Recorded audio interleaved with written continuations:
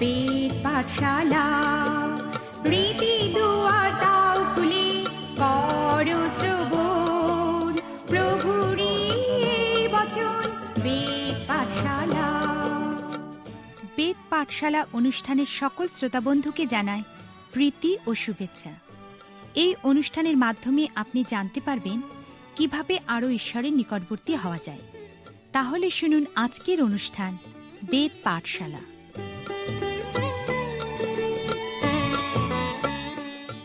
প্রিয় শ্রোতা বন্ধু, বেদ পাঠশালা অনুষ্ঠানে আপনাকে স্বাগত জানাই। এই ধারাবাহিক বাইবেল অধ্যয়ন অনুষ্ঠানে আমরা নতুন নিয়মে সাধু পৌলের পত্রগুলি অধ্যয়ন করছি। প্রথমত আমরা সাধু পৌলের ঈশ্বরতাত্ত্বিক শ্রেষ্ঠ অবদান রোমীয়দের প্রতি পত্রটি অধ্যয়ন করেছি। তারপর আমরা তার পালকীয় শ্রেষ্ঠ অবদান করিন্থীয়দের প্রতি প্রথম পত্রটি অধ্যয়ন করেছি। তারপর গত অনুষ্ঠানে সেবা কাজের বিষয়ে শ্রেষ্ঠ অবদান সেই দ্বিতীয় করিন্থীয় পুস্তকটি অধ্যয়ন করেছি। এই পত্রটিতেই সাধু পৌল করিন্থীয়রা তার প্রথম পত্রটি পাওয়ার পর তার বিরুদ্ধে যে দোষারোপ করেছিল তার উত্তর দিয়েছেন। করিন্থীয়দের প্রতি প্রথম পত্রে সাধু পৌল বিভিন্ন সমস্যার বিষয়ে তাদেরকে তিরস্কার করেছিলেন। তিনি তাদের সমস্যাগুলি সমাধানের চেষ্টা করেছিলেন। করিন্থীয়রা সাধু পৌলের অনুপ্রাণিত ও সুগভীর যুক্তিকে আক্রমণ করতে না পেরে তারা সাধু পৌলকে ও তার যোগ্যতার বিষয়কে আক্রমণ করেছিল। সাধু পৌল প্রেরিত বা শিষ্য রূপে তার যোগ্যতার উপর সন্দেহের বিষয়ে উত্তর রূপে আমাদেরকে সেবাকাজ ও সেবাকারীর যোগ্যতার বিষয়ে শ্রেষ্ঠ কিছু বিষয় দিয়েছেন। আশা করি এই দ্বিতীয় করিন্থীয় পত্রটিতে নিশ্চয়ই লক্ষ্য করেছেন সাধু পৌল সেবাকারীর কাজ এবং প্রশিক্ষণ, বিশ্বাস এবং বিজয়, রূপান্তর এবং স্বচ্ছতা, সম্পদ ও পরীক্ষা, সবলতা এবং কোমলতা, আর সবশেষে সেবাকারীর শ্রেষ্ঠতার বিষয়ে কি বলেছেন। এই বিষয়গুলির মধ্যে দিয়েই সাধু পৌল সেবাকাজের বিষয়ে চমৎকার সুগভীর অনুপ্রাণিত সত্যের বিষয় বলেছেন। দ্বিতীয় করিন্থীয় 8 ও 9 অধ্যায় দুইটি বাইবেলে গোমাস্তা বা দেওয়ান বিষয়ক সব থেকে মহান অধ্যায়। সাধু পৌল ফিলিপি থেকে করিন্থীয়দেরকে এই পত্র লিখেছিলেন। ফিলিপি ছিল তার পছন্দের জায়গা, কারণ এই ফিলিপি মণ্ডলী সাধু পৌলকে সেবা কাজ করার জন্য সব থেকে বেশি সাহায্য করত। দ্বিতীয় করিন্থীয় 8 ও 9 অধ্যায়ে সাধু পৌল ফিলিপীয় মণ্ডলীর দান করার বিষয়টি তুলে ধরেছেন যেন করিন্থীয় মণ্ডলী শিক্ষা লাভ করে। এইভাবেই সাধু পৌল জেরুজালেমে কষ্টপ্রাপ্ত সাধুদের জন্য করিন্থীয়দেরকে ভালোবাসার দান দেওয়ার জন্য উৎসাহিত করেছিলেন। এই দুইটি মহান অধ্যায় লক্ষ্য করুন সাধু পৌল দান করার জন্য ফিলিপীয়দের ক্ষমতা এবং উদারতার বিষয়ে কি বলেছেন। এছাড়াও তাদের দান করার গুণগত মান এবং বিশেষ করে লক্ষ্য করুন তাদের দান করার সততার বিষয়ে সাধু পৌল কি বলছেন। দেওয়ান বিষয় এবং অর্থের বিষয়ে সাধু পৌলের সাধুতার বিষয়ে লক্ষ্য করুন। আজকের দিনে মণ্ডলীর জন্য এখানে মহান উপদেশ দেখতে পাই। সাধু পৌল এই দানের বিষয়ে বলেছেন, এই দানের বিষয়ে আমি যে কোনো ধরনের সমালোচনা এড়িয়ে যেতে চাই। আমি ঈশ্বরের দৃষ্টিতে ও মনুষ্যদের সাক্ষাতে সঠিক থাকতে চাই। লক্ষ্য করুন সাধু পৌল এই দান কিভাবে ব্যবহার করা হচ্ছে তা দেখার জন্য মণ্ডলী থেকে 2-1 জনকে নিয়োগ করার নির্দেশ দিয়েছিলেন। ইহাকেই বলা হয় প্রকৃত হিসাব দেওয়ার দায়িত্ববোধ। এই বিষয়ে সাধু পৌল প্রকৃতই সাধুতার পরিচয় দিয়েছেন। আসুন এখন আমরা সেই করিন্থীয়দের বিষয়ে আরেকবার দেখি। দ্বিতীয় করিন্থীয় পুস্তকের শেষে সাধু পৌল বলেছেন, আমার ভয় হচ্ছে যে আমি যখন তোমাদেরকে দেখতে আসব তখন আমি যেভাবে চাই সেইভাবে দেখতে পাবো কিনা। আমার ভয় হচ্ছে যে সেখানে হয়তো ঝগড়া, হিংসা, ক্রোধের বহিঃপ্রকাশ, দলাদলি, দোষারোপ, গুজব, উগ্রতা এবং বিশৃঙ্খলা দেখতে পাবো। আমার ভয় হচ্ছে যে আমাকে হয়তো অনেকের জন্য দুঃখ প্রকাশ করতে হবে যারা অনৈতিক, শারীরিক সম্পর্কজনিত পাপ এবং লাম্পট্যের মধ্যে নিজেকে ডুবিয়ে রেখেছে। করিন্থের প্রথম মণ্ডলী এইরকমই ছিল। সাধু পৌল চেয়েছিলেন যেন আপোল্লো করিন্থে যান, কিন্তু আপোল্লো কখনোই চিন্তা করেননি যে ইহা ঈশ্বরের ইচ্ছা। সম্ভবত কেউই সেই সময় করিন্থেয় মণ্ডলীতে যেতে চাইতো না। সাধু পৌল এই মহান উক্তির মধ্যে দিয়ে শেষ করেছিলেন যে আপনাদের পরীক্ষা করিয়া দেখো তোমরা বিশ্বাসে আছো কিনা, প্রমাণার্থে আপনাদেরই পরীক্ষা করো। অথবা তোমরা কি আপনাদের সম্বন্ধে জানো না যে যীশু খ্রিস্ট তোমাদিগতে আছেন? অবশ্যই তোমরা যদি অপ্রামাণিক বা সম্পূর্ণ পাপাসক্ত না হও। ইহা প্রকৃতই শক্ত কথা, কিন্তু ইহা বলা ছাড়া সাধু পৌলের আর উপায় ছিল না। করিন্থীয় মণ্ডলী এইরকমই ছিল, কিন্তু আমরা ঈশ্বরের ধন্যবাদ দিই যে তাদের কারণে আমরা এমন সুন্দর 2টি অনুপ্রাণিত পত্র পেয়েছি। এখন আমরা সাধু পৌলের আরেকটি পত্র গালাতীয়দের প্রতি পত্রটি অধ্যয়ন শুরু করতে চলেছি। গালাতীয়দের প্রতি লেখা এই পত্রটি সাধু পৌলের আরেকটি ভিন্ন ধরনের পত্র। অনেক মানুষই সমগ্র বাইবেলে সাধু পৌলের পত্রগুলিকে অধিক পছন্দ করেন, কারণ সাধু পৌলের যুক্তি প্রণালী খুবই সুগভীর এবং ব্যবহারিক। সাধু পৌল বিভিন্ন ধরনের পত্র লিখেছেন। আমরা দেখেছি পালকীয় শ্রেষ্ঠ অবদান, আমরা দেখেছি সেবা কাজ এবং দেওয়ানি পদ বিষয়ক শ্রেষ্ঠ অবদান, আমরা দেখেছি ঈশ্বরতাত্ত্বিক শ্রেষ্ঠ অবদান। আর এখন আমরা একটু ভিন্ন ধরনের পত্র দেখব, যাকে আমরা বলতে পারি সাধু পৌলের আবেগজনিত পত্র। সাধু পৌল গালাতীয়দেরকে ক্রোধের সঙ্গে এই পত্র লিখেছিলেন। আমরা এই ক্রোধকে বলতে পারি ধার্মিক ঘৃণা মিশ্রিত ক্রোধ। কিন্তু সাধু পৌল খুবই মনমরা এবং আবেগপ্রবণ হয়ে পত্রটি লিখেছিলেন। এই পত্রটির প্রথম দিকের পদগুলি ফিলিপিও বা করিন্থীয়দের প্রতি লেখা পত্রগুলির থেকে একটু ভিন্ন। করিন্থীয়দের প্রতি পত্রে তিনি পবিত্র সুসমাচারে প্রেম, সহভাগিতা এবং অংশীদারিত্বের যে ভাষা ব্যবহার করা হয়েছে তা ব্যবহার করেছেন। তিনি তাদেরকে সাধু বলেছেন। কিন্তু গালাতীয়দের প্রতি পত্রে ইহা সত্য নয়। গালাতীয়দের প্রতি পত্র তিনি কোনো প্রেমের ভাষা দিয়ে শুরু করেননি। এখানে সহভাগিতা বা অংশীদারিত্ব বিষয়ে কোনো কিছুও তিনি বলেননি। সাধু পৌল প্রায়শই মণ্ডলীর সমস্যার বিষয়ে উল্লেখ করেছেন। সাধু পৌল বিশ্বাস করতেন যে গালাতীয় মণ্ডলীর সমস্যা করিন্থীয় মণ্ডলীর তুলনায় অনেক গভীর ছিল। করিন্থীয় মণ্ডলীর সমস্যা, যে সমস্ত সেবাকারী নতুন কোনো সংস্কৃতিতে প্রথম মণ্ডলী গড়ে তোলেন তারা যে সমস্ত সমস্যার সম্মুখীন হন তা প্রায় একই। এই সমস্যার বিষয়ে একজন সেবাকারী বলেছেন, শিশুরা গণ্ডগোল সৃষ্টি করেছে। সাধু পৌলের এই পত্র থেকে আপনি নিজেই দেখতে পারেন যে গালাতীয় মণ্ডলীতে প্রকৃত কি ঘটেছিল। সাধু পৌল সেখানে সমস্ত জায়গায় সুসমাচার প্রচার করেছিলেন যে যীশু খ্রিস্ট তাঁর ক্রুশীয় মৃত্যুর মধ্যে দিয়ে ঈশ্বরের পরিত্রাণ আমাদের কাছে পৌঁছে দিয়েছেন। ঈশ্বর যে বিশ্বাসের উপহার আমাদের দিয়েছেন তার সহিত যীশু খ্রিস্টের সুসমাচারের প্রতি বিশ্বাস আমাদের রক্ষা করতে পারে। এই সমস্ত কিছুই ঈশ্বরের অনুগ্রহের ফল, আর এই অনুগ্রহই হল ঈশ্বর যে খ্রিস্টকে আমাদের পরিত্রাণ সাধন করার জন্য এই জগতে পাঠিয়েছেন তার উৎস। সাধু পৌলের মত অনুযায়ী পরিত্রাণ শুধুমাত্র বিশ্বাস এবং অনুগ্রহের দ্বারাই লাভ করা যায়। অনুগ্রহকে অনেক সময় এইভাবে বর্ণনা করা যায় যে যীশু খ্রিস্টের সঙ্গে যে কোনো কিছু যোগ করলে তার ফল কিছুই হয় না। যখন যীশু খ্রিস্টের সঙ্গে কিছুই যোগ না করা হয় তার ফল সমস্ত কিছুই হয়। এখন সাধু পৌল এই বিষয়ের প্রতি জোর দেবেন যে আমরা উত্তম কাজের জন্যই রক্ষা পেয়েছি এবং আমাদের উত্তম কার্যই আমাদের বিশ্বাসের মান নির্ণয় করতে পারে। যাই হোক, সাধু পৌলের মত অনুযায়ী উত্তম কার্য নয়, কিন্তু বিশ্বাসই আমাদের রক্ষা করে।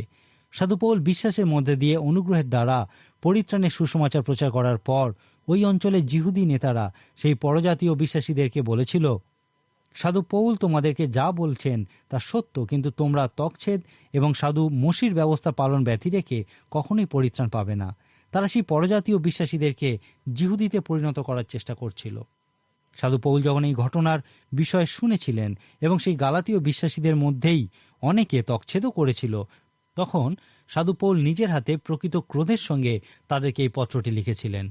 আসুন আমরা দেখি সাধু পৌলের আবেগঘন পরিস্থিতির বিষয়, যে কিভাবে ক্রোধিত হয়েও শান্তভাবে তাদেরকে লিখেছেন। পৌল প্রেরিত মনুষ্যদের হইতে নয়, মনুষ্যের দ্বারাও নয়, কিন্তু যীশু খ্রিস্টের দ্বারা, এবং যিনি মৃতগণের মধ্য হইতে তাহাকে উঠাইয়াছেন সেই পিতা ঈশ্বরের দ্বারা নিযুক্ত, এবং আমার সহবর্তী সকল ভ্রাতা গালাতিয়া মণ্ডলীর সমীপে, আমাদের পিতা ঈশ্বর এবং প্রভু যীশু খ্রিস্ট হইতে অনুগ্রহ শান্তি তোমাদের প্রতি বর্তুক। ইনি আমাদের পাপসমূহের জন্য আপনাকে প্রদান করিলেন, যেন আমাদের ঈশ্বর ও পিতার ইচ্ছানুসারে আমাদিগকে এই উপস্থিত মন্দ যুগ হইতে উদ্ধার করেন। যুগ পর্যায়ে যুগে যুগে ঈশ্বরের মহিমা হোক, আমেন। পৌলের কাছ থেকে তারা এইরকমই ঠান্ডা শুভেচ্ছা পেয়েছিল। এই পত্রে সাধু পৌল তার উপদেশ এইভাবে শুরু করেছেন, আমার আশ্চর্য বোধ হইতেছে যে খ্রিস্টের অনুগ্রহে যিনি তোমাদিওকে আহ্বান করিয়াছেন, তোমরা এত শীঘ্র তাহা হইতে অন্যবিধ সুসমাচারের দিকে ফিরিয়া যাইতেছ। তাহা আর কোনো সুসমাচার নয়, কেবল এমন কতগুলি লোক আছে যাহারা তোমাদিওকে অস্থির করে এবং খ্রিস্টের সুসমাচার বিকৃত করিতে চায়। এরপরেই আমরা সব থেকে কঠিন উক্তিটি দেখি যে তিনি বলছেন, কিন্তু আমরা তোমাদের নিকট যে সুসমাচার প্রচার করিয়াছি তাহা ছাড়া অন্য সুসমাচার যদি কেহ প্রচার করে, আমরাই করি বা স্বর্গ হইতে আগত কোনো দূতই করুক, তবে সে শাপগ্রস্ত হোক। এখানে তিনি গ্রিক শব্দ ডেমড ব্যবহার করেছেন। যদি তারা মনে করে যে তিনি হয়তো কোনোভাবে ইহা লিখে ফেলেছেন, সেই জন্য তিনি আবার লিখেছেন, আমরা পূর্বে যেরূপ বলিয়াছি তদ্রূপ আমি এখন আবার বলিতেছি, তোমরা যাহা গ্রহণ করিয়াছ তাহা ছাড়া আর কোনো সুসমাচার যদি কেউ তোমাদের নিকটে প্রচার করে, তবে সে শাপগ্রস্ত হোক। সাধু পৌল এখানে বলতে চেয়েছেন যে একটি মাত্র সুসমাচার আছে, এবং সেই সুসমাচারই আমি গালাতিয়ায় থাকার সময় তোমাদের কাছে প্রচার করেছিলাম। এখন মানুষ আমার সেবা কাজ অনুসরণ করছে এবং তারা একটা বিকৃত সুসমাচার প্রচার করছে। সাধু পৌল কারাগার থেকে ফিলিপিওদের পত্র লিখেছিলেন এবং তাদেরকে বলেছিলেন, আমি কারাগারে থাকার ফলস্বরূপ কিছু মানুষ তোমাদের কাছে প্রচার করছে। হয়তো মতবাদ বা পদ্ধতি বা কৌশলের ক্ষেত্রে সাধু পৌলের সঙ্গে অন্যদের একটা সামান্য পার্থক্য ছিল, এবং তারা তার সাথে একমত না হওয়ার ফলে তার কারাগারে থাকার সুযোগ তারা নিয়েছিল। এক্ষেত্রে সাধু পৌল বলেছেন, আমি আনন্দিত, খ্রিস্টের নাম প্রচারিত হচ্ছে বলেই আমি আনন্দিত। যাই হোক, এখানে আমরা একই বিষয় দেখি না। এখানে অন্যেরা একটা বিকৃত সুসমাচার প্রচার করছিল। সাধু পৌলের মত অনুযায়ী তারা কোনো সুসমাচারই প্রচার করছিল না। তিনি দুইবার তাদেরকে বলেছিলেন, আমি ফিরে আসি বা অন্য যে কেউ বা স্বর্গের দূতই হোক না কেন, যে কেউ অন্য কোনো সুসমাচার প্রচার করে সে শাপগ্রস্ত হোক। ইয়া প্রকৃতই সাধু পৌলের একটা কঠিন উক্তি। সাধু পৌল এখানে সমত্যাগের বিষয়ে বলেছেন। প্রেরিত 13 অধ্যায় সাধু পৌলের প্রথম প্রচার থেকে আমরা দেখি যে তিনি ইব্রিয় ইতিহাস খুব ভালোভাবে জানতেন। পুরাতন নিয়ম অধ্যয়নের সময় আমরা দেখেছি যে ইব্রিয় ইতিহাস যারাই জানতো তারাই সমত্যাগের বিষয়কে ভয়ঙ্কর পাপরূপে গণ্য করত। এই সমত্যাগ কথাটির অর্থ হলো কোনো কিছু থেকে দূরে সরে দাঁড়ানো।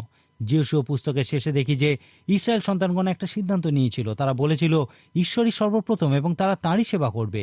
তারপর বিচার কর্তৃকগণ পুস্তকে আমরা দেখি তারা 7 বার সেই যে সিদ্ধান্ত নিয়েছিল তা থেকে সরে এসেছে, সমত্যাগ করেছে এবং তাদের এই সমত্যাগের কারণে তাদেরকে ভয়ঙ্কর ফল ভোগ করতে হয়েছিল। সাধু পৌল এই সমত্যাগকে আত্মিক ক্যান্সার রূপে বর্ণনা করেছেন। সেই জন্যই সাধু পৌল এই পত্রে এই বিকৃত সুসমাচারকে প্রকৃত সুসমাচারের সাহায্যে আক্রমণ করেছেন। এখানেই সাধু পৌল আমাদেরকে তার জীবনের বিষয়ে কিছু তথ্য দিয়েছেন। গালাতীয় প্রথম অধ্যায় 11-12 পদে তিনি বলেছেন, কেননা হে ভাতৃগণ, আমার দ্বারা যে সুসমাচার প্রচারিত হইয়াছে তাহার বিষয়ে তোমাদিওকে জানাইতেছি যে তাহা মানুষের মতানুযায়ী নয়, কেননা আমি মানুষের কাছে তাহা গ্রহণও করি নাই এবং শিক্ষাও পাই নাই, কিন্তু যীশু খ্রিস্টের প্রত্যাদেশ দ্বারা পাইয়াছি। তারপর তিনি বলেছেন, কিন্তু যিনি আমাকে আমার মাতার গর্ভ হইতে পৃথক করিয়াছেন এবং আপন অনুগ্রহ দ্বারা আহ্বান করিয়াছেন, তিনি যখন আপন পুত্রকে আমাতে প্রকাশ করিবা সুবাসনা করিলেন, যেন আমি পরজাতিগণের কাছে তাহার বিষয়ে সুসমাচার প্রচার করি, তখন আমি ক্ষণমাত্র রক্তমাংসের সহিত পরামর্শ করিলাম না।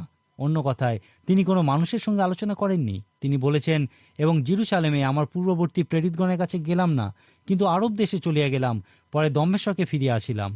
এখন আমরা জানি না যে কতদিন পর তিনি আরব দেশ থেকে দম্মেশকে ফিরে এসেছিলেন।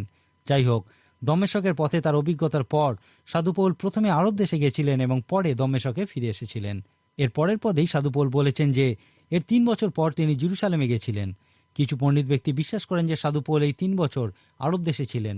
যদি ইহা সত্যি হয় তার অর্থ সেই শিষ্যদের মতোই যারা এই পৃথিবীতে খ্রিস্টের সঙ্গে 3 বছর ছিলেন, সাধু পৌলও সেই আরব দেশের মরু প্রান্তরে পুনরুত্থিত খ্রিস্টের সঙ্গে 3 বছর ছিলেন।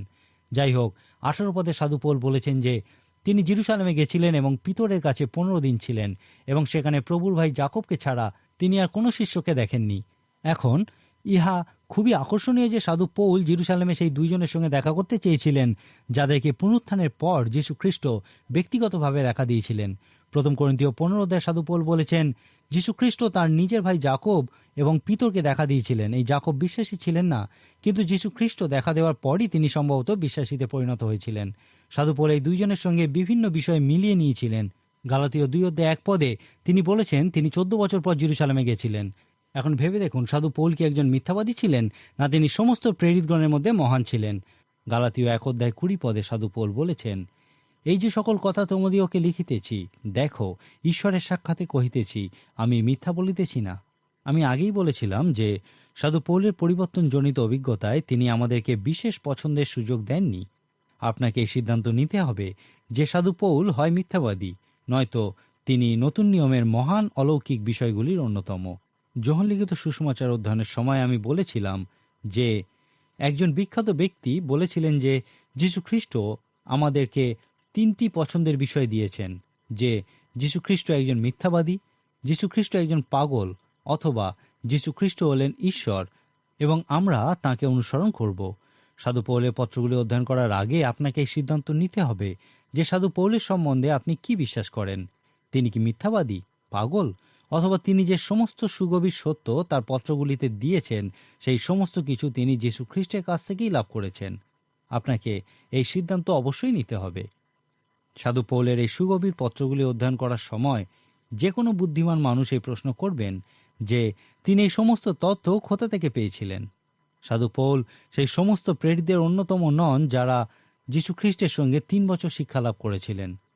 গালাতীয়দের প্রতিপত্রে তিনি বলেছেন যে জেরুজালেমে তিনি কোনো ঈশ্বরতাত্ত্বিক বিদ্যালয়ে পড়াশোনা করেননি। এই গালাতীয় পুস্তকের শুরুতেই তিনি আমাদেরকে ও তাদেরকে বলেছেন যে তিনি এই সমস্ত তথ্য কোথা থেকে পেয়েছেন। তিনি লিখেছেন, পৌল প্রেরিত মনুষ্যদের হইতে নয়, মনুষ্যের দ্বারাও নয়, কিন্তু যীশু খ্রিস্টের দ্বারা এবং যিনি মৃতগণের মধ্য হইতে তাহাকে উঠাইয়াছেন সেই পিতা ঈশ্বরের দ্বারা নিযুক্ত। তারপরই 11 পদে তিনি লিখেছেন, কেননা হে ভাতৃগণ, আমার দ্বারা যে সুসমাচার প্রচারিত হইয়াছে তাহার বিষয়ে তোমাদিওকে জানাইতেছি যে তাহা মানুষের মতানুযায়ী নয়, কেননা আমি মানুষের কাছে তাহা গ্রহণও করি নাই এবং শিক্ষাও পাই নাই, কিন্তু যীশু খ্রিস্টের প্রত্যাদেশ দ্বারা পাইয়াছি। এখন প্রায়শই প্রচারকেরা বলেন যে আমি মানুষের থেকে, মানুষের দ্বারাই পবিত্র সুসমাচারের সেবাকারী হয়েছি। মানুষের থেকে, কারণ মানুষের থেকেই প্রচার করার জন্য অভিষিক্ত হয়েছে। অন্য মানুষেরা তার মাথার উপরে হাত দিয়েছে এবং এই বিষয়টি স্বীকার করেছে যে ঈশ্বর তাকে সেবাকারী হওয়ার জন্য অভিষিক্ত করেছেন। কিন্তু সাধু পৌল যখন গালাতীয়দেরকে পত্র লিখেছিলেন, তিনি বলেছিলেন যে আমি তোমাদের কাছে যা প্রচার করেছি তা কোনো মানুষের কাছ থেকে পাইনি এবং মানুষের দ্বারাও পাইনি। অর্থাৎ তিনি বলতে চেয়েছিলেন তিনি যা প্রচার করেছেন তা তিনি কোনো মানুষের কাছ থেকে গ্রহণ করেননি এবং কোনো মানুষ তাকে এই বিষয়ে শিক্ষাও দেয়নি। তিনি বলেছেন যে তিনি কোনো মানুষের দ্বারা অভিষিক্ত হননি, কিন্তু যীশু খ্রিস্ট স্বয়ং তাকে অভিষিক্ত করেছিলেন। তিনি বলেছেন যীশু খ্রিস্টই আমাকে প্রেরিত রূপে অভিষিক্ত করেছেন। গালাতীয় 2 অধ্যায়ে সাধু পৌল আমাদেরকে বলেছেন যে 14 বছর পর তিনি জেরুজালেমে গিয়েছিলেন এবং প্রেরিতগণের সঙ্গে মিলিত হয়েছিলেন। তিনি বলেছেন প্রত্যাদেশ ক্রমে গমন করিলাম, অর্থাৎ পবিত্র আত্মাই তাকে জেরুজালেমে নিয়ে গেছিলেন। সেই প্রেরিতেরাও জানতেন যে সাধু পৌল আসছেন, কারণ পবিত্র আত্মা তাদেরকে এই বিষয়ে জানিয়েছিলেন। তারপর যখন তিনি প্রেরিতদের সঙ্গে মিলিত হয়েছিলেন, তিনি বলেছেন যে যখন তাহারা আমাকে প্রদত্ত সেই অনুগ্রহ জ্ঞাত হইলেন, তখন যাকব, কৈফা ও যোহন, যাহারা স্তম্ভরূপে মান্য, আমাকেও বার্নবাকে সহভাগিতার দক্ষিণ হস্ত দিলেন, যেন আমরা পরজাতিগণের কাছে যাই আর তাহারা ছিন্ন ত্বকদের কাছে যান। ইহা খুবই আকর্ষণীয়। প্রথমত আমি এই প্রশ্নটি করতে চাই, সাধু পৌল কিভাবে সেই প্রেরিতদের কাছে প্রমাণ করেছিলেন যে তিনিও তাদের মতোই একজন প্রেরিত? যখন সাধু পৌল লিখেছেন যে যাকব, পিতর ও যোহন, যখন তাহারা আমাকে প্রদত্ত সেই অনুগ্রহ জ্ঞাত হইলেন, তখন সাধু পৌল ইহার মধ্যে দিয়ে কি বলতে চেয়েছিলেন? সেই প্রেরিতেরা কি দেখে নিশ্চিত হয়েছিলেন যে তিনি তাদের মতোই যোগ্যতা সম্পন্ন প্রেরিত? অনুগ্রহ যখন আপনার জীবনে কাজ করে, তখন দিব্য মাধুর্য আপনার জীবনে প্রকাশ পায়। সেই প্রেরিতেরা নিশ্চয়ই সাধু পৌলের জীবনে পবিত্র আত্মার উপহার দেখেছিলেন। তারা নিশ্চয়ই সাধু পৌলের জীবনে সেই দিব্য মাধুর্যের স্পষ্ট প্রদর্শন দেখেছিলেন, যার অর্থ হল সাধু পৌলকে অনুগ্রহ দেওয়া হয়েছে এবং পবিত্র আত্মা তার মধ্যে এবং উপরে আছেন, যেমন তাদের মধ্যে ও উপরে পবিত্র আত্মা আছেন। সেই প্রেরিতদের মতোই সাধু পৌলও দাবি করেছিলেন যে তিনি 3 বছর খ্রিস্টের সঙ্গে ছিলেন এবং খ্রিস্টের সম্বন্ধে তারা উভয়েই অনেক কিছু জানতেন। সাধু পৌল নিশ্চয়ই যীশু খ্রিস্টের সম্বন্ধে সেই প্রেরিতদের কাছে অনেক কিছুই বলেছিলেন, যা খ্রিস্টের সঙ্গে থাকাকালীন তিনি শিখেছিলেন। যাই হোক, সাধু পৌল প্রমাণ করেছিলেন যে তিনি তাদের মতোই যোগ্যতা সম্পন্ন একজন প্রেরিত। এই কারণেই সেই প্রেরিতগণ তাকে ও বার্নবাকে তাদের সহভাগিতার দক্ষিণ হস্ত দিয়েছিলেন এবং অজিহুদি জাতিগণের কাছে পাঠিয়েছিলেন এবং নিজেরা জিহুদিদের কাছে প্রচার করার জন্য গেছিলেন। একজন বিখ্যাত প্রচারক বলেছিলেন, যদি আমি ওই জায়গায় থাকতাম আমি ওইভাবে কাজ করতাম না। লক্ষ্য করুন, সাধু পৌল একজন ধর্মগুরু ছিলেন। তিনি ফরিসীদের মধ্যে মহান ছিলেন। তিনি একজন মহান ধর্মগুরু গমলিয়েলের কাছে শিক্ষা করেছিলেন। জিহুদি রূপে তিনি সব থেকে উচ্চ ঈশ্বরতাত্ত্বিক শিক্ষা লাভ করেছিলেন। তিনি জিহুদি সমাজগৃহের সদস্য ছিলেন। সেই প্রচারক বলেছিলেন, আমি সাধু পৌলকেই জিহুদিদের কাছে পাঠাতাম। তারপর সেই অশিক্ষিত জেলে সাধু পিতরকে পরজাতিগণের কাছে পাঠাতাম। কিন্তু ঈশ্বর এইভাবে কাজ করেন না। তিনি সেই ধর্মগুরু পণ্ডিত সাধু পৌলকে পরজাতির কাছে পাঠিয়েছিলেন এবং সেই অশিক্ষিত জেলে সাধু পিতরকে ধর্মগুরুদের কাছে পাঠিয়েছিলেন। প্রেরিত পুস্তকের 3 অধ্যায় সাধু পিতর ও সাধু যোহন যখন সমাজগৃহে কথা বলছিলেন, তখন সেখানে উপস্থিত লোকেরা যেভাবে তারা প্রকৃত সাহস ও জ্ঞানের দ্বারা তাদের প্রশ্নের উত্তর দিচ্ছিলেন তা দেখে আশ্চর্য হয়ে যাচ্ছিলেন। তারা শুধুমাত্র একটা কথাই বলেছিল, এরা যিশুর সঙ্গে ছিলেন। ইহাকে শুধুমাত্র এইভাবেই তারা ব্যাখ্যা করতে পারত। এইভাবে ঈশ্বর কাজ করেন। 2 জন বিখ্যাত প্রচারক যারা খুবই উচ্চশিক্ষিত ছিলেন, তারা কয়লাখনির শ্রমিক, মাঠে যারা কাজ করে সেই সমস্ত অশিক্ষিত বা অল্প শিক্ষিত মানুষদের কাছে প্রচার করেছিলেন এবং প্রচুর মানুষ পরিবর্তিত হয়েছিল। আবার তার অনেক দিন পর আরেকজন বিখ্যাত প্রচারক, যার খুব একটা বেশি শিক্ষা ছিল না এবং যিনি একজন জুতো বিক্রেতা ছিলেন, ঈশ্বর তাকে খুবই উচ্চশিক্ষিত মানুষদের মধ্যে ব্যবহার করেছিলেন এবং তার প্রচার কাজের ফলে প্রচুর উচ্চশিক্ষিত উচ্চ বর্ণের মানুষ পরিবর্তিত হয়েছিল।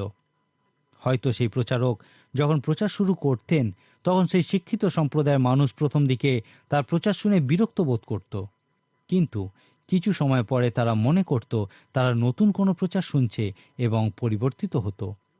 আমার মনে হয় ঈশ্বর এই রকম কাজ করতেই বেশি ভালোবাসেন। তিনি উচ্চশিক্ষিত মানুষদের অশিক্ষিতদের কাছে পাঠান যেন তারা আনন্দের সঙ্গে তাদের প্রচার গ্রহণ করেন। আবার সেই অল্প শিক্ষিত মানুষদেরকে সেই উচ্চশিক্ষিত মানুষদের কাছে পাঠান। আর এই কারণেই ঈশ্বর ধর্মগুরু সাধু পৌলকে অজিহুদীদের কাছে পাঠিয়েছিলেন এবং সেই অশিক্ষিত জেলে সাধু পিতর ও যোহন ও জাকবকে ধর্মগুরুদের কাছে পাঠিয়েছিলেন।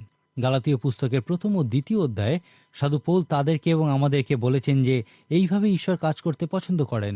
এই 2টি অধ্যায়ে সাধু পৌল সমত্যাগী বা বিকৃত সুসমাচার বিষয়ক সমস্যার বিষয়ে বলেছেন। সাধু পৌল এই বিকৃত সুসমাচারকে অন্য সুসমাচার বলেছেন। এই অন্য সুসমাচারের কোনো অস্তিত্ব নেই, শুধুমাত্র একটি সুসমাচার আছে যা সাধু পৌল যখন গালাতিয়ায় ছিলেন তখন তাদের কাছে প্রচার করেছিলেন। সাধু পৌলের মতানুযায়ী যদি কেউ এই অন্য সুসমাচার বা বিকৃত সুসমাচার প্রচার করে তবে সে শাপগ্রস্ত হবে। তিনি 2 বার এই কথা বলেছেন। তারপর সেই বিকৃত সুসমাচারের বিপক্ষে সাধু পৌল বলেছেন, আমি যে সুসমাচার প্রচার করি তা আমি কোনো মানুষের কাছ থেকে পাইনি, কোনো মানুষ তা আমাকে শিক্ষা দেয়নি, কিন্তু যীশু খ্রিস্টই আমাকে আরব দেশে এই বিষয়ে সরাসরি শিক্ষা দিয়েছেন। সেই জন্যই আমি বলি, যে সুসমাচার আমি প্রচার করি সেটাই হলো প্রকৃত সত্য ও সম্পূর্ণ সুসমাচার। আমি আগেই বলেছি যে গালাতীয়দের প্রতি এই পত্রটি শুধুমাত্র সাধু পৌল তার নিজের হাতে লিখেছিলেন। অন্যান্য পত্রগুলির ক্ষেত্রে তাকে অন্য একজন সাহায্য করেছিলেন, আর ইহার প্রয়োজনীয়তা ছিল কারণ তিনি চোখে ভালো দেখতে পেতেন না। তিনি তার মাংসে কাঁটার যে বিষয় উল্লেখ করেছেন তা সম্ভবত তার এই খুবই ক্ষীণ দৃষ্টিশক্তি ছিল। এই পত্রে সাধু পৌল বলেছেন যে তিনি নিজের হাতে এই পত্রটি লিখেছিলেন। তিনি এতটাই মনক্ষুণ্ণ হয়েছিলেন যে তার সাহায্যকারী আসা পর্যন্ত তিনি অপেক্ষা করতে পারেননি। শেষ অধ্যায়ে সাধু পৌল বলেছেন তিনি সম্ভবত তার ক্ষীণ দৃষ্টিশক্তির জন্য খুবই বড় বড় অক্ষরে এই পত্র লিখেছিলেন। এখনো পর্যন্ত এই পত্রের বিষয়ে আমি শুধু ভূমিকাই আলোচনা করেছি। গালাতীয় পত্রের উপদেশ রোমীয় পুস্তকের উপদেশের সঙ্গে অনেকটাই মিলে যায়। সাধু পৌল খুবই আবেগের সঙ্গে এই পত্রটি লিখেছিলেন। তার এই গভীর আবেগ ও উদ্বেগের কারণ ছিল যে তিনি অনুগ্রহের যে সুসমাচার প্রচার করেছিলেন সেই সুসমাচারকে বিকৃত করা হচ্ছিল। একটা বিষয় মনে রাখবেন যে এই পত্রগুলি কবে লেখা হয়েছিল সেই ভিত্তিতে এগুলিকে পবিত্র শাস্ত্রে পরপর রাখা হয়নি। এগুলির মূল বক্তব্য অনুযায়ী এগুলিকে পবিত্র শাস্ত্রে পরপর রাখা হয়েছে। পণ্ডিতেরা এই বিষয়ে একমত নন যে এই পত্রটি ঠিক কোন জায়গা থেকে সাধু পৌল লিখেছিলেন, কিন্তু তিনি তার 3য় সুসমাচার প্রচার যাত্রায় এই পত্রটি লিখেছিলেন। কেউ কেউ বলেন তিনি ফিলিপি থেকে লিখেছেন, কেউ কেউ বলেন ইফিস থেকে, আবার কেউ কেউ বলেন কোরিন্থ থেকে তিনি লিখেছিলেন। অর্থাৎ ইহা নিশ্চিত যে পণ্ডিতেরা এই বিষয়ে জানতেন না যে তিনি কোথা থেকে এই পত্রটি লিখেছিলেন। পুরাতন নিয়মের বিচার কর্তৃকগণ পুস্তকের সঙ্গে এই গালাতীয় পত্রটির তুলনা করা খুবই গুরুত্বপূর্ণ। আপনার নিশ্চয়ই মনে আছে বিচার কর্তৃকগণ পুস্তকে এই সমত বা সপক্ষ ত্যাগের কি ভয়ানক পরিণতি আমরা দেখেছি। আজকের দিনেও আমরা এই সমত ত্যাগের ভয়ঙ্কর পরিণতি দেখতে পাই। যদি আপনি পবিত্র শাস্ত্রে বিশ্বাস না করেন তাহলে আপনি কি প্রচার করবেন? তারপর আপনি যেই প্রকৃত সুসমাচার বা পবিত্র শাস্ত্র প্রচার করছেন না তার পরিণতি কি হবে? গালাতীয়দের প্রতি পত্রে সাধু পৌল প্রকৃতই এই বিষয়ই বলেছেন। এই পত্রে সাধু পৌল সেই সম্পূর্ণ সত্য সুসমাচার যা তিনি গালাতিয়ায় প্রচার করেছিলেন সেই সুসমাচারের দ্বারা সে বিকৃত সমত্যাগী সুসমাচার প্রকট করেছিলেন। আজকের মতো অনুষ্ঠান শেষ করার আগে আমি আপনাকে একটা কাজ দিতে চাই। আমরা দেখেছি যে সাধু পৌল খুবই রেগে গিয়েছিলেন কারণ প্রকৃত সুসমাচারকে বিকৃত করা হচ্ছিল। এখন আপনি দেখুন যদি সেই বিকৃত সুসমাচার এবং সাধু পৌল যে প্রকৃত সুসমাচার প্রচার করেছিলেন সেই 2টি সুসমাচারকে আলাদা করতে পারেন। আমি জানি ইহা আপনাকে সাধু পৌলের উপদেশ এবং খ্রিস্টের উপদেশ বুঝতে প্রকৃত সাহায্য করবে। আজকের মতো তাহলে এখানেই শেষ করি। পরবর্তী অনুষ্ঠানে অবশ্যই আমাদের সঙ্গে উপস্থিত থাকুন। ঈশ্বর আপনার মঙ্গল করুন। প্রিয় শ্রোতা বন্ধু, বেদ পাঠশালা অনুষ্ঠানটি কেমন লাগলো এবং আপনি যদি বিনামূল্যে বাইবেল অধ্যয়ন সহায়ক পুস্তিকা পেতে চান তাহলে পত্রের মাধ্যমে, ইমেলে অথবা ফোনে আপনি আমাদের সাথে যোগাযোগ করতে পারেন। আমাদের ফোন নম্বর হল 24380045। ইমেলের জন্য লিখুন bengalivp@radio882.com। শেষে জানাই আমাদের ঠিকানা বেদ পাঠশালা, পোস্ট বক্স নম্বর 16925, কলকাতা 700034। আমাদের আরেকটি ঠিকানা হল বেদ পাঠশালা, জিপিও বক্স নাম্বার 87, শিলিগুড়ি 1। তাহলে আবার দেখা হবে। নমস্কার।